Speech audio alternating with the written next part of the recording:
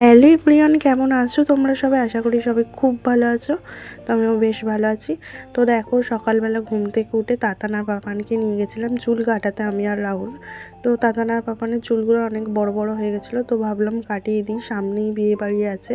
তো দেখো, তারপরে বাড়ি এসে তাতান আর পাপানকে রেডি করিয়ে দিয়েছি। তো বাড়ি এসে তারপরে রান্না করলাম ভাত, আর আমি আলুর দম করলাম মুড়ি দিয়ে খাবো বলে। আর তাতান আর পাপানের ঝাল ছাড়া চিকেন বানিয়ে দিচ্ছি, ওদেরকে ভাত খাইয়ে দেবো এখন। তারপরে আমি একটু পরে ভাত খাবো। তো এদিকে বাটার দিয়ে চিকেনটা করেছি লঙ্কা ছাড়া, আর বাটার দিয়ে ভাতটা খাইয়ে দেবো। তাতান আর পাপান বাটার আর ঘি খেতে খুব ভালোবাসে, বাটার আর ঘি থাকলে পুরো ভাতটাই খেয়ে নেয়। তাই জন্য একটু আমি বাটার দিয়ে মাখিয়ে ভাতটা খাইয়ে দিচ্ছি। তারপরে দেখো, খায়ে ঠায়ে আমি এদিকে ঘুগনি বানাবো, কারণ আজকে আসবে আমার মাসিরা বিয়ের নেমন্তন্ন করতে। তাই জন্য ভাবলাম একটু সবার জন্য ঘুগনি বানাই।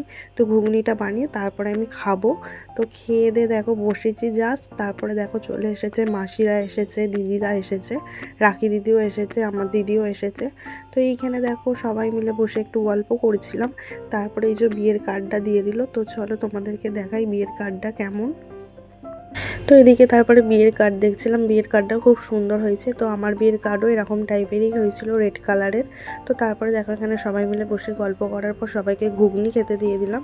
দিয়ে তারপরে দেখো সবাই বাড়ি চলে গেল। তারপরে আমিও ঘুগনি আর পাউরুটি খেয়ে নিলাম। তো চলো আজকের মতো টাটা।